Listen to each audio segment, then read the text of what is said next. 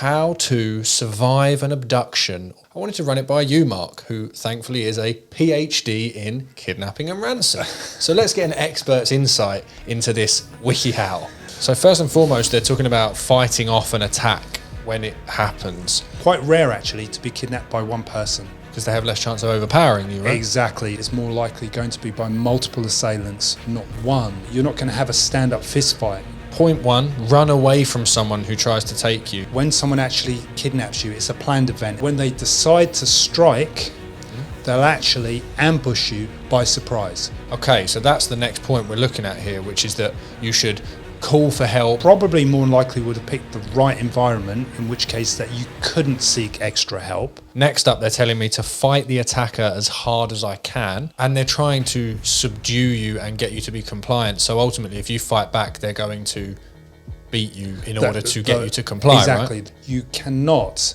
sustain any type of injury during capture, because of that injury is actually going to make a difference a lot later on during capture. So say, for example, you are stabbed or you break something, being your arm, or you injure yourself, then that's going to limit your ability for survival later on, but also escape as well. Because they're not going to tend to your injury. They don't value your wellness. They just need you alive.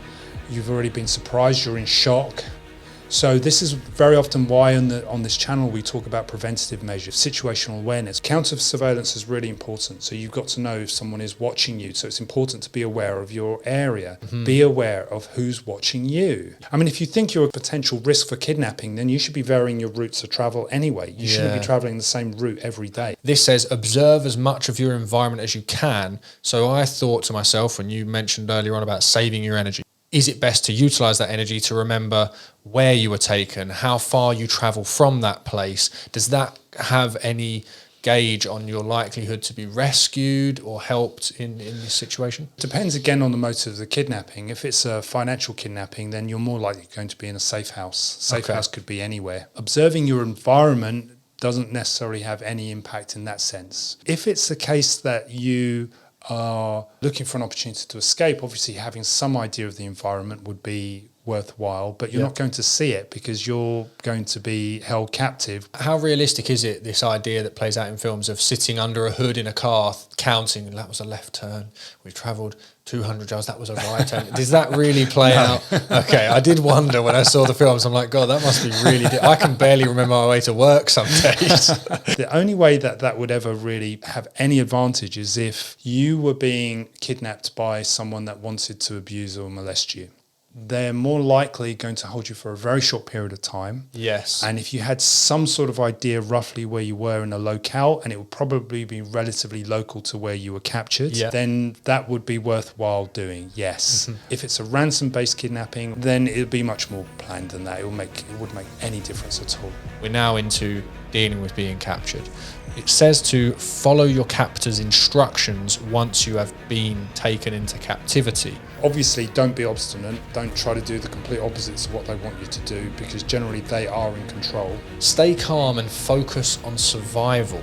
You think that's solid advice? I think that is solid advice, actually. You do have to stay calm. I mean, it's a stressful situation anyway. It's very unique. Physically, it's very demanding, but psychologically, it will take its toll. Try to connect with your kidnappers, but don't pretend to support them. Now, this is something we see often play out in films where the kidnapper and the captive person are together in a room and they're conversating. Maybe they're trying to sort of like bridge this gap. But the reality is that if you're kidnapped as a commodity, you're treated as a commodity. So even if you're kidnapped for the reason that the person wants to use you, so you are the purpose of it because they want to abuse you or what have you, they will still treat you as a commodity. So you are not viewed on the same level. You're not viewed as a human being. By taking you, immediately they are dehumanising you in their own mind. So this is not really the perfect opportunity for you to start drumming up a relationship with someone. It doesn't happen like that in reality. You're going to be kept separate from your captors. I mean, if you're engaged in conversation, that's slightly different. Because this article here says it can help to talk to your kidnappers about universal subjects like families, hobbies or sports.